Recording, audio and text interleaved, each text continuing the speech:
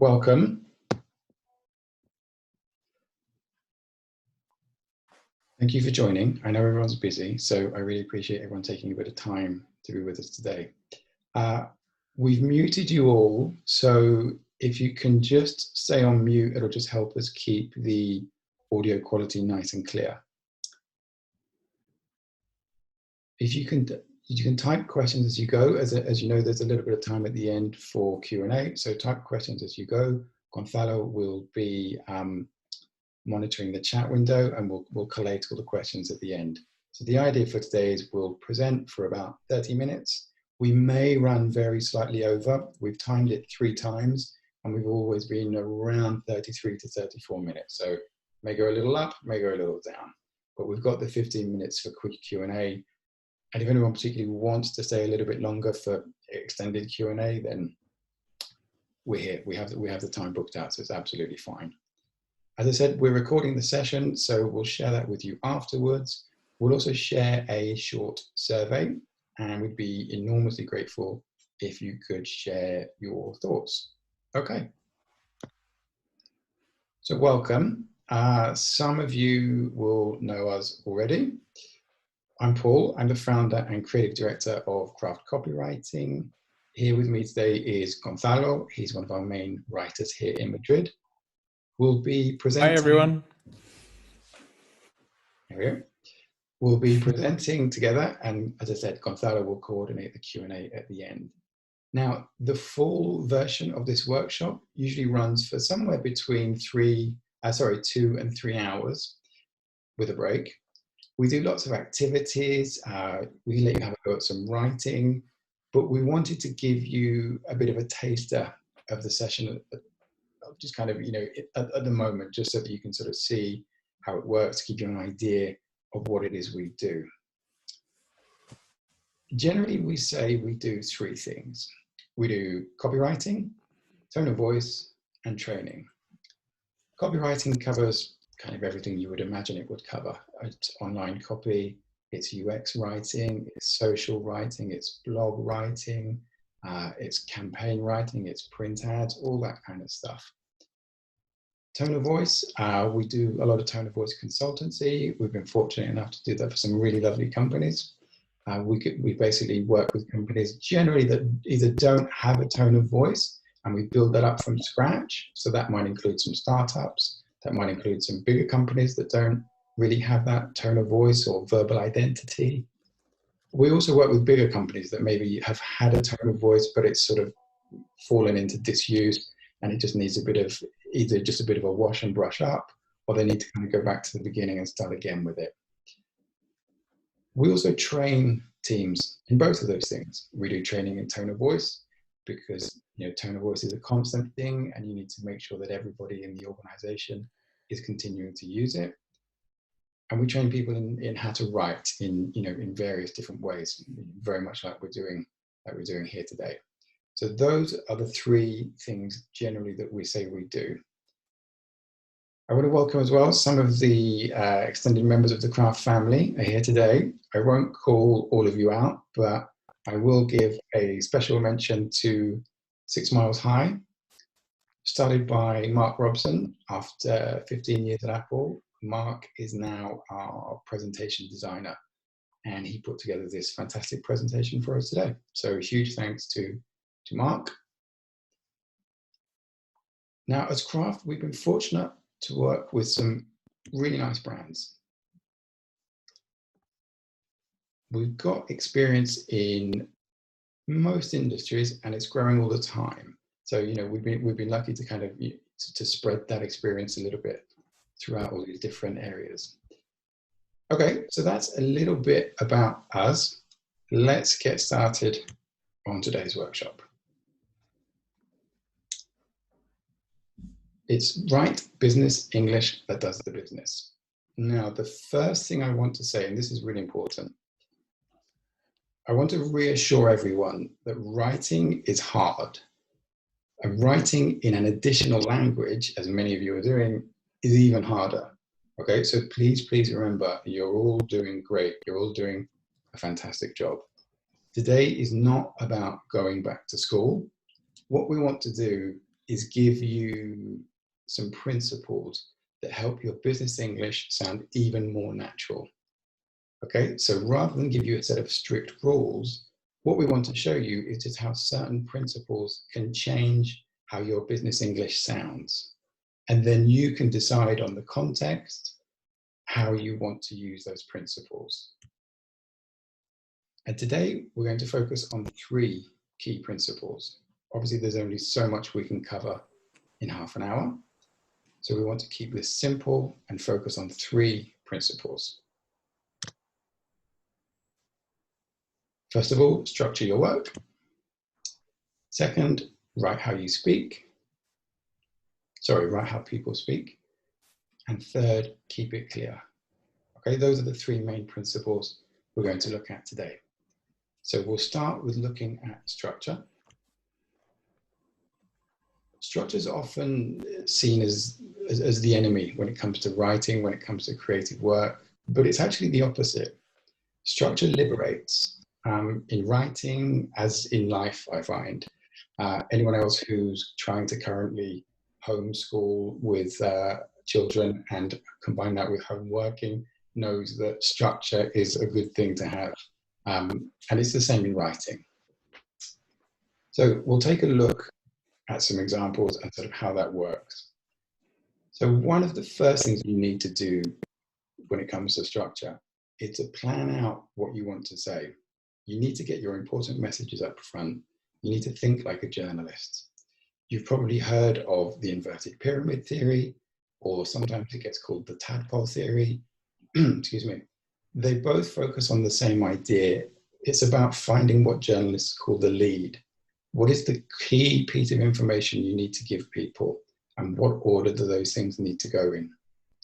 You need a logical structure and clearly delineated sections, both at the document level and down at the sentence level.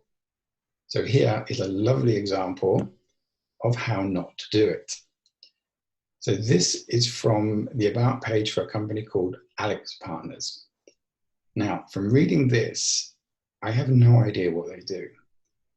Not only that, you have to scroll all the way to the bottom until you find the important part. It's that bit down, it's that green bit down at the bottom there. AlixPartners is a leading global business advisory firm of results-oriented professionals who specialize in creating value and restoring performance. Now, I've taken out some of the scrolls here, but this was buried way at the bottom of the page. So what we've done, this is our slight rewrite of it. First of all, we pulled that right up to the top because it just didn't make any sense to have it buried right at the bottom down there. And we reworded it very slightly. So I'll read it out for you. Now, I'll read a lot of work out as we go. There are kind of 2 reasons for that. One is just to make your lives a bit easier. The other one is, as writers, I would encourage you very strongly to read your work out as much as possible, because that's when you really get a feel for how it's sounding, how it's feeling. And we'll talk a bit more about this a few times as we go through. So we're AlixPartners. We're a leading business advisory firm working all over the world. Our team of professionals specialize in helping you perform even better. So like I say, we've moved that up. We've made it a bit more human. It can probably still be a bit better, but it at least is making more sense. Now, our rewrite is slightly longer, and I'm sure you've all heard that you should make a copy, you should make your writing as short as possible. That is completely true, but one thing we always tell clients when we work with them is that you should never sacrifice clarity for brevity. You need to use as few words as possible, absolutely, but as many as you need.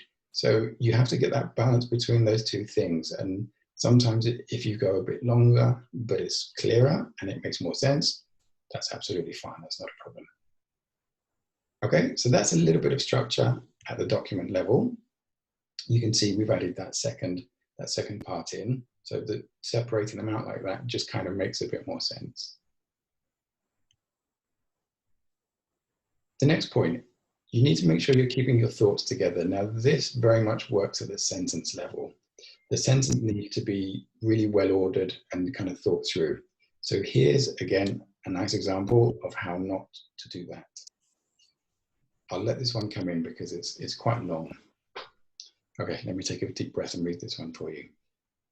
You have to bear in mind that the registration certificates, the green certificate, and ID cards of family members of the EU citizen obtained before the end of the transition period will subsequently serve to accredit their legal residence in Spain and benefit from the provisions of the withdrawal agreement. Ouch. So just like Brexit itself, there are many reasons that makes me weep. It's one really long sentence. The different pieces are in all the wrong places, so it just doesn't fit together. So let's see if we can make it a little bit better. Family members of the EU citizen can use the green registration certificates and ID cards to accredit their legal residence in Spain. Okay? Get these before the end of the transition period. They'll also benefit from the provisions of the withdrawal agreement. So what we've done here, obviously we've broken it up into 3 parts, but we've moved a few things around. We've just tried to get all the bits that are about the same thing grouped together rather than them being interrupted kind of mid-flow. So it just helps people kind of make sense of it as much as anyone can make sense of this. But so let's take a look at another simple trick and see how you can help keep things nice and clear. We saw it a little bit just now, but it's this idea of new thought, new sentence. It's a really good way to keep your sentences short and keep your thoughts grouped together. This is from the website for the Museo Reina Sofia Study Center. So let me read this one out. I need another deep breath for this one.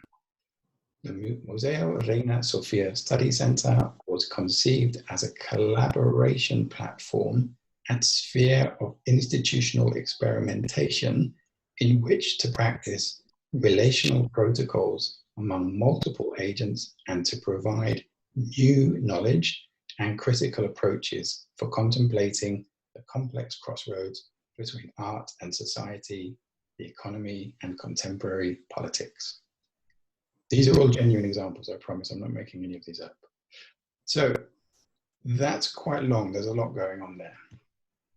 So what we've tried to do, as you can see, we've tried to just break it up. We've tried to not really rewrite this one too much, just so you can see how it works if it's at least broken into sentences. So I won't read this one out just because it's not that different. We have, there's a lot more we could do to this one, but we just wanted to make it clear the difference you can make by just breaking up something long into that new thought, new sentence framework.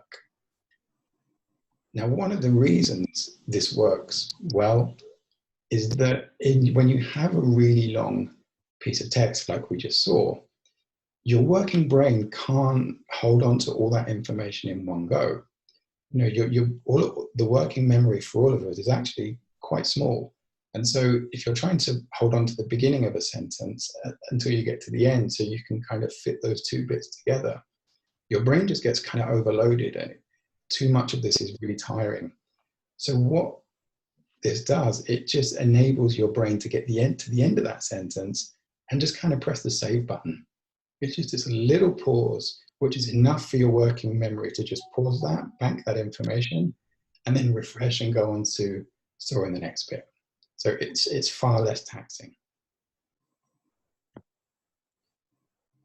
Okay, so that is structure your work. That's the first principle. We saw be upfront, keep your thoughts together, both at the document level and at the sentence level. And we saw new thoughts, new sentence. Okay, so that gives you a bit of a start. And next up is the principle for write how you speak. And for that, I'll pass you over to Gonzalo. Thanks, Paul, and hi, everyone. So why is it important to write how people speak? Well, because everything we write is going to be read by people, And we need to make sure that we're writing how these people are used to hearing words. It's a really universal principle. Most brands with a good tone of voice will already do this, but you'd be amazed how many people still break it. There's this belief that brands need to speak to us in a very sort of like serious, buttoned up, formal way, and a lot of the times it just sounds really weird. So let's take a look at some things that we can do to immediately improve the way your writing sounds. So if we can. So the first one is to be active, and that's to use the active voice, not the passive voice. This can really improve the sound of your writing. We'll look at it through an example, and we'll see a great little trick that you can use for getting it right every time. Let's look at this example from a company that they make security cameras. So software applications can be installed and updated without the camera having to be replaced. Now, is this written in the active or the passive voice? Well, it's passive. And why is that? Because we're focusing on the thing being acted upon rather than the thing taking action. It feels a little bit flat, it feels a little bit lifeless, and it's usually a longer sentence. In the active voice, this would be, you can install and update software applications without having to replace the camera. Now, this is much clearer, it's shorter, it's much more dynamic, and there's a very simple trick for spotting when you're using the passive voice. If you look at the sentence that you've written and you can add the phrase, by zombies, it sounds silly, but it means that you're writing in the passive voice and you should consider rewriting it. Now let's take a look at the previous sentence that we wrote. So software applications can be installed and updated without the camera having to be replaced by zombies. This works with all sentences in the passive voice. So for example, the shopping was carried by zombies, the dog was washed by zombies, the webinar was attended by zombies. And you can see how it works all the time to show that you're in the passive voice. However, zombies will never work if you're in the active voice. So if you look at the active sentence again, you can install and update software applications without having to replace the camera by zombies. It doesn't work. So it's a good trick that you can always use to check if you're in the passive voice. So is the passive voice always bad? Well, it kind of depends on your aim. Maybe you want to emphasize the action rather than the actor. News writers use this a lot. So you'll often see a headline that looks like this. Jerry Adams illegally held during troubles, Supreme Court rules. Is that in the passive voice? Yes, it is. Is it wrong? No, not necessarily. It's because, like Paul previously said, with journalism, sometimes you want the most interesting, important part of the sentence is slightly different. So here, the most important part of the sentence is Jerry Adams, not the Supreme Court, which is doing the action. So the writer is using the passive voice for emphasis. And you'll see this in headlines a lot for two main reasons. The first one is when the action is more important than the actor. So in our headline before, the action of Jerry Adams being illegally held is more important than the actor, the Supreme Court. And also, the second one is to hook readers. News sites really need to hook people fast, so sentences are often reversed, so you get the most interesting part up front. So Jerry Adams being illegally held is the most important, and then the Supreme Court, which is the next. We'll look at another example of the passive being used in a purposeful and correct way. So this sentence is taken from the site for the Museo del Prado.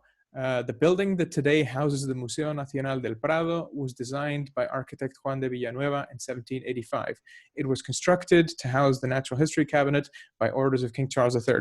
So here the focus is the building. So as talented as architect Juan Villanueva is, the center of attention needs to be the building. So a passive is being used correctly to place the emphasis on the Museo del Prado as opposed to the architect or the king who are doing the accent.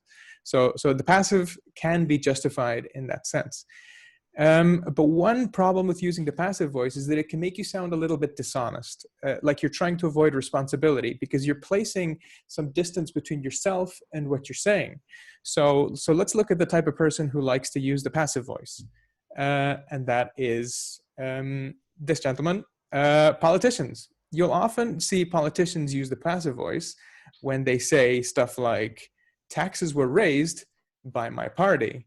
because that sounds a little bit better than my party raised all the taxes, because that way they're claiming responsibility for the tax raise, and it's not something that politicians will often want to do. You'll sometimes see this as well with brands when they want to apologize for service problems. You know, the service was interrupted rather than we interrupted the service. So think hard before you use the passive voice, because it can be justified, but you need to know why you're doing it.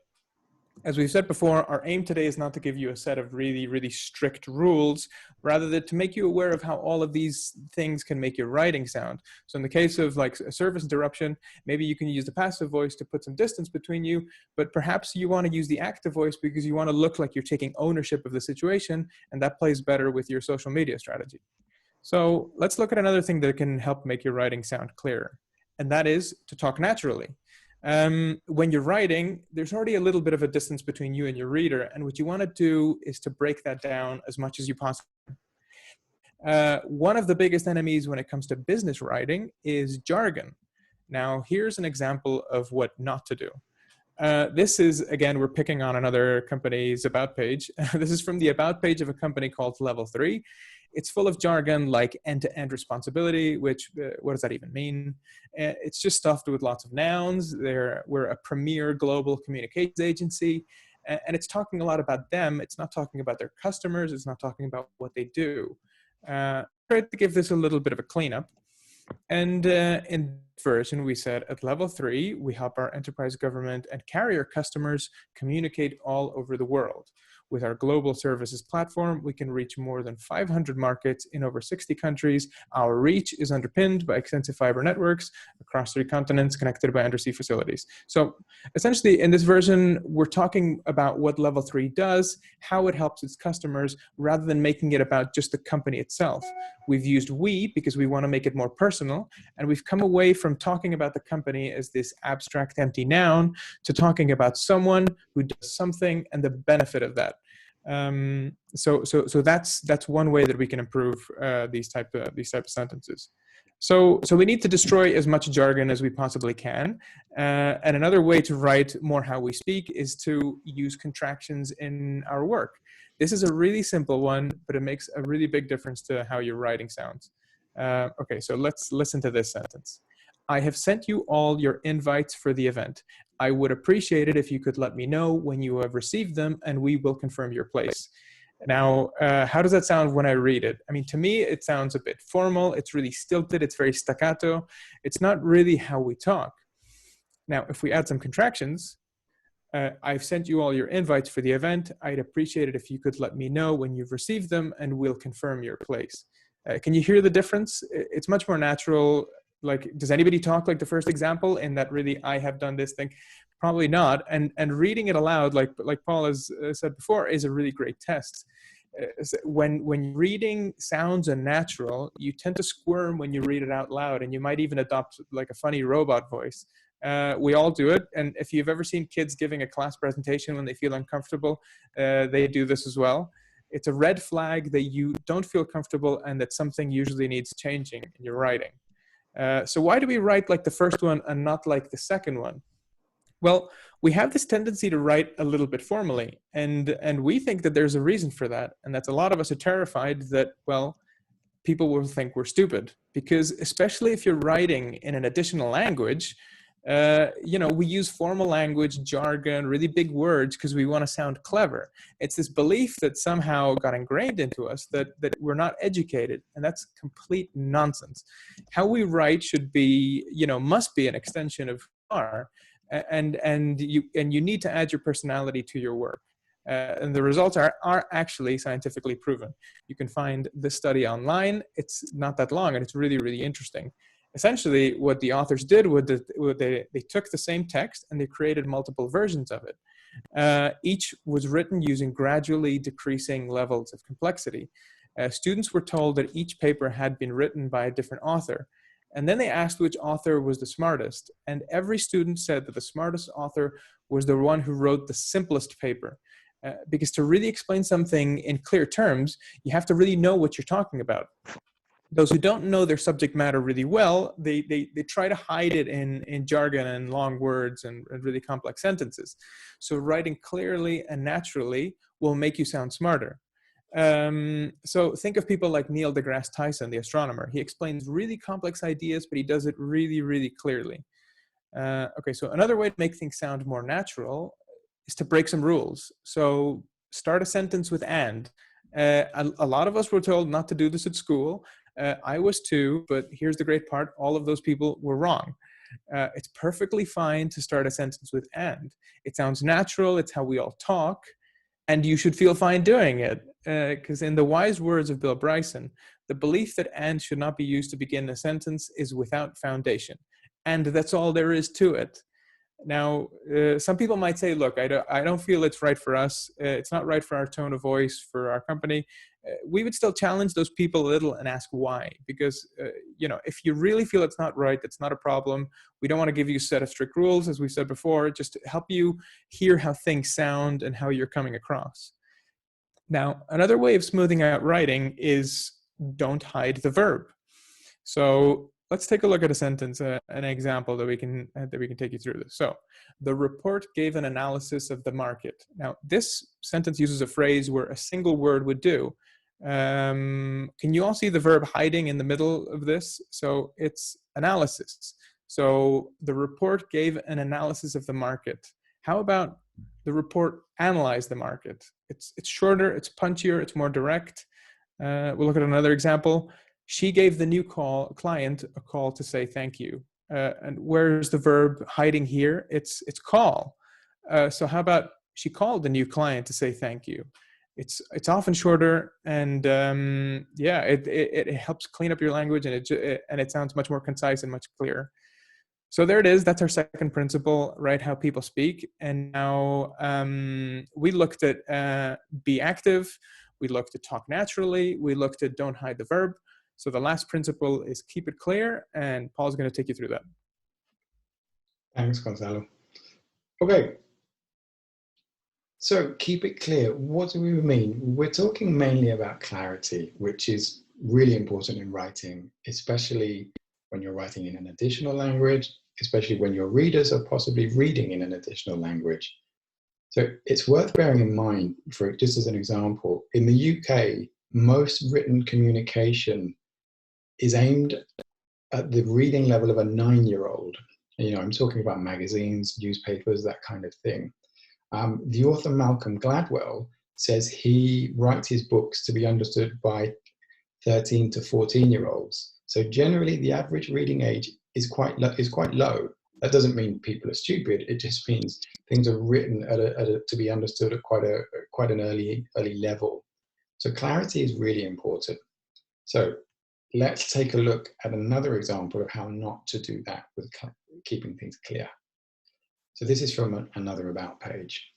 Hanley Wood is the premier company serving the information, media, and marketing needs of the residential, commercial design, and construction industry, and is a hub of business intelligence and data-driven insights. So it's kind of less than obvious what these guys do. It's not very clear. There's quite a bit of jargon going on in there again. So what we've done is just tried to clean this up a little bit. So Hanley Wood is an expert in the information, media, and marketing sector. We're focused on the commercial design and construction industry. So this is, there's probably still room for improvement here, but one thing we've tried to do is just make it a bit clearer, trying to give some clarity about what these people actually do, and bring in, back to some of the points we were making earlier about talk naturally, bring in some of this, rather than talking about the company in the third person, we've left one of those in there, but we've also tried to get in some of the we're, so trying to get some of those contractions in there, trying to get people to talk about themselves in the first person rather than the third, because that just sounds a bit more normal.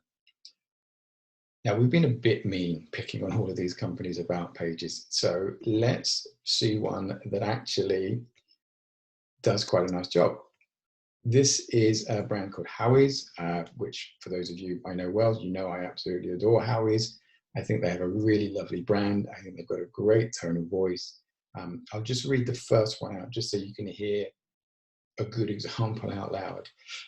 Howies is an independent clothing company based in West Wales, owned and run by its employees. We started in 1995 making high quality, lower impact clothing for running, cycling, and the outdoors, as well as easy to wear stuff for every day. So you can see how that's much clearer. You're not in any doubt about what they do, and you get a bit of an idea of their personality as well. You know, at the end where they've used the word stuff rather than clothes or apparel or any other of those words they could have used. So why is it so hard to be clear? I mean, there are many reasons that, you know, we go into in the bigger workshop, but one of the core ones, certainly at a language level, just comes down to word choice. And I'm sure most of you know, probably all of you, that English is largely made up of words from two sources. You've got the Germanic root and the Latin root. Now, the big difference between the two tends to be that the Germanic words are more concrete, they're shorter, whereas the Latin words are a bit longer and a bit more abstract. It's to do with how those two languages evolved and where they came from. And it's also about how they're used. You know, if you think of the words you find in medicine or in law, most of those, unsurprisingly, come from a Latin root. And so that's one of the reasons that legalese tends to be the way it does. There are other reasons, of course, but that certainly is one of them. So let's have a look at a few words and just play a quick game of Germanic versus Latin. So terminate would be, of course, the Latin version. The Germanic root would be end, much simpler, much more concrete. Commence is the Latin version, and in the Germanic root, you would use something like begin.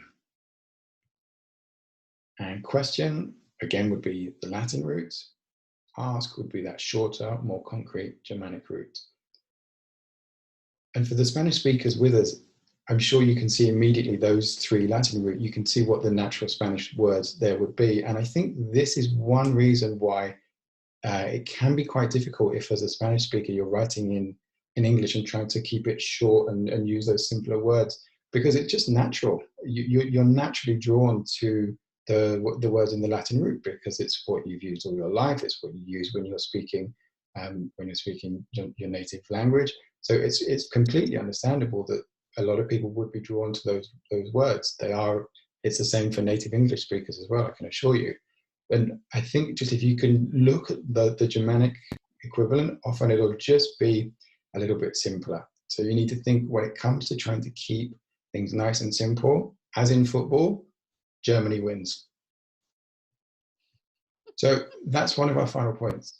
Go German. So go with those Germanic root when you can and try and kind of be a bit more concrete, which brings us to this point. Be concrete. Use concrete imagery and terms. Try and make it clear. Don't be abstract. Try and give people very clear examples. This is a lovely example of how not to do that. This is a road sign in London. Pedestrian casualty reduction signal timings experiment. It took me quite a while to figure out what this was doing, what this was talking about. What are they doing? They're changing the timings on the traffic lights to see if it makes things safer. But it's really hard to understand because there's no concrete imagery or no concrete ideas in there. You know, what are signal timings? Well, they're traffic lights. But if you say traffic lights, I get an image in my head. If you say signal timings, that just kind of doesn't really give me very much. So we always try to need to be concrete. And again, that often comes from following that Germanic route. So we need to try and get those clear, obvious images in there. Another tool in the pursuit of clarity is to try and remove all those sneaky little double teaming phrases that can kind of find their way into your work. Because nobody wants to work here. You'll be amazed how many of these little needless phrases you'll find in your work, and you find you can get rid of once that sort of antenna in your head goes up and you're aware of these, you'll see them all over the place. And it's the same for all of us, I promise. We all write them, and then edit them out later. I'm talking about little things like, in order to start the process. I love this one because it's the simplest edit in the world. It's just there. 9 times out of 10, if not more, I think you can lose the beginning. Great, let's look at a couple more. The offer is valid for a period of 1 week.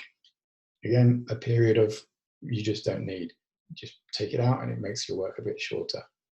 And the final one, we need to focus on the end result. I'm sure we all hear this one many, many times. We probably all write it. We all do it, don't worry. But again, it's a very simple edit. Just take that one out. And when you start being aware of these, when you start looking for these, you'll be amazed how many you can cut out of your work and how much shorter and clearer and more focused it can make things. Okay, so that was the last point in our final principle. We looked at go German, be concrete, and remove redundancy. So that is the end of the presentation part. I'm just looking down at my time. I think we have gone slightly over. I apologize for that. I thought we might. But we've got some time for questions. And I know we've got 5 minutes of the allotted time left, but I believe the meeting will carry on running for anyone who wants to hang around for the questions. If you do have to go exactly at 1:45, completely understand, no problem at all. But let's go over to questions and we'll see how we go. Gonzalo, do we have any questions? No, we haven't had anybody share anything Okay. on the chat. So I don't know if anybody's been sort of holding it for a dramatic pause because they wanted to say something really shocking at the end. But yeah, by all means, go ahead.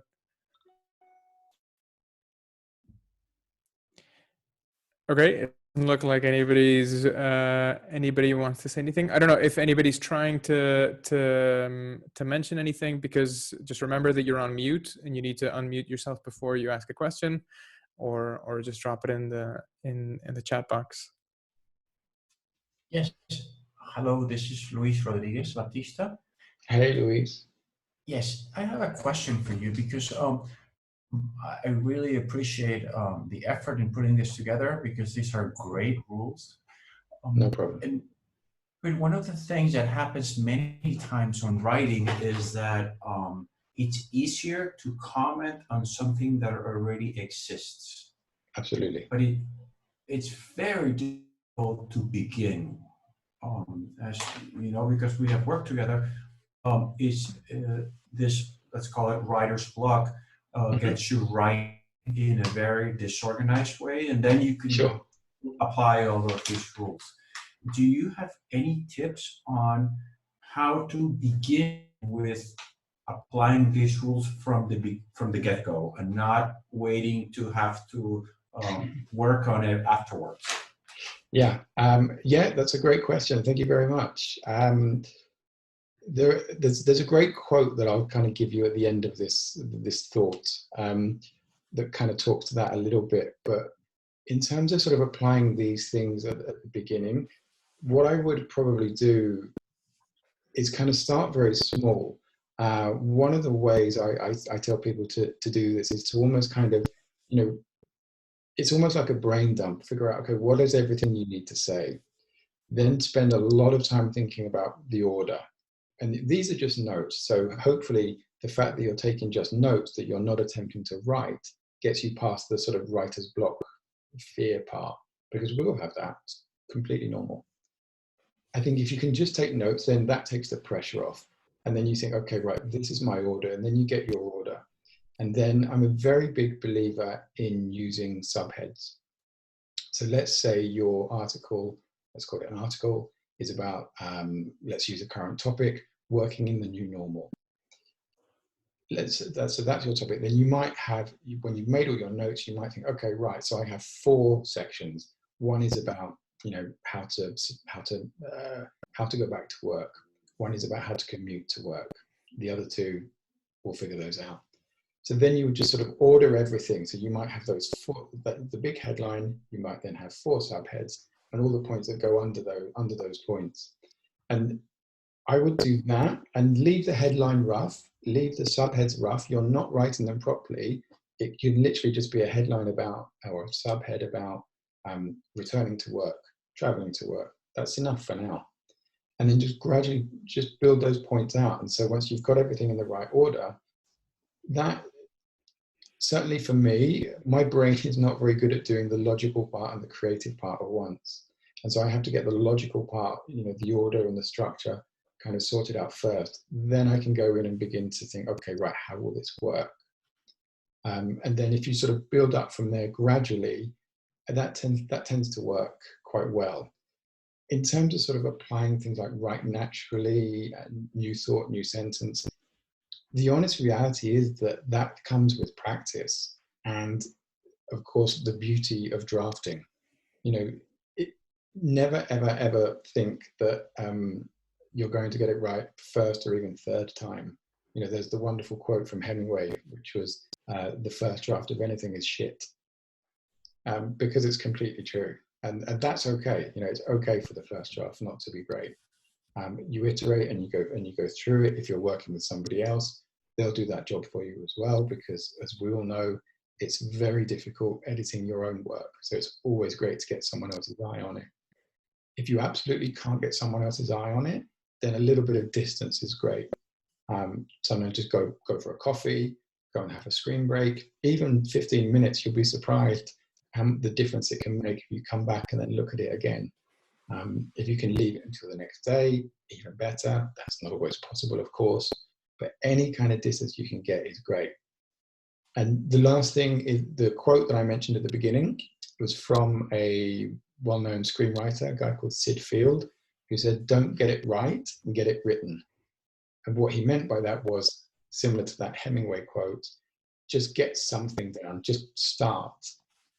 Everybody will have their own process. Some people have to get, some people can't write anything until they've got a perfect headline. Some people are happy keeping it rough and iterating their way through. I think it's about finding the way that works best for you.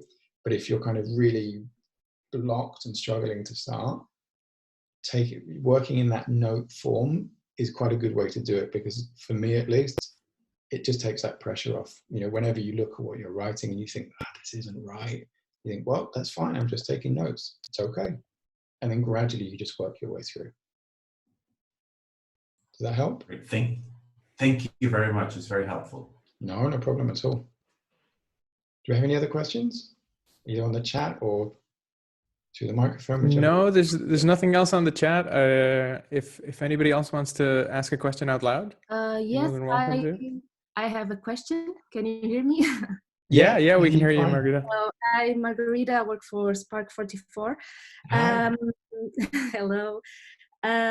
You mentioned the use of contractions. I agree that we have to write as people speak. However, isn't that too informal for some brands, such as Jaguar and Land Rover, for example? Yeah, absolutely. No, it's a really good point. Thank you. It's a really good point. It's a little bit like salt on food. When again, as we said earlier, none of this is about giving you unbreakable rules that say you must always use contractions. And equally, the reverse is true. You must never use contractions. It's always going to be a mix. It's the same as beginning a sentence with and. I would argue it's a lot of the time brands they're worried about kind of not being seen as serious, not being seen as educated, not whatever the concern is. That's usually what's behind it. One of the great tricks, it's very simple, we've said it many times, is just to read the two out and say, okay, this one just doesn't sound right, and just try and sort of work from there, and try and sort of think about, okay, how do you want to be talked to by the brand? Do you want to be talked to in this way that's very formal? Because the problem is when a brand talks to you in a very formal way, there's just a distance there. It just doesn't feel natural. And we're so used to being talked to in an informal way by brands, through social media, wherever it is, the ones that don't do it just kind of feel strange. And even if you look at, maybe very old traditional financial institutions, those kinds of things, they will, quite often you'll see they might start with, we are Coutts, for example, with Coutts and Coach, very well-known bank in the UK, and then they might go into a couple of contractions. If you're writing, let's say, a manifesto for a brand, often because of the sort of tone you want to strike in a manifesto, often you won't use contractions, or at least not everywhere.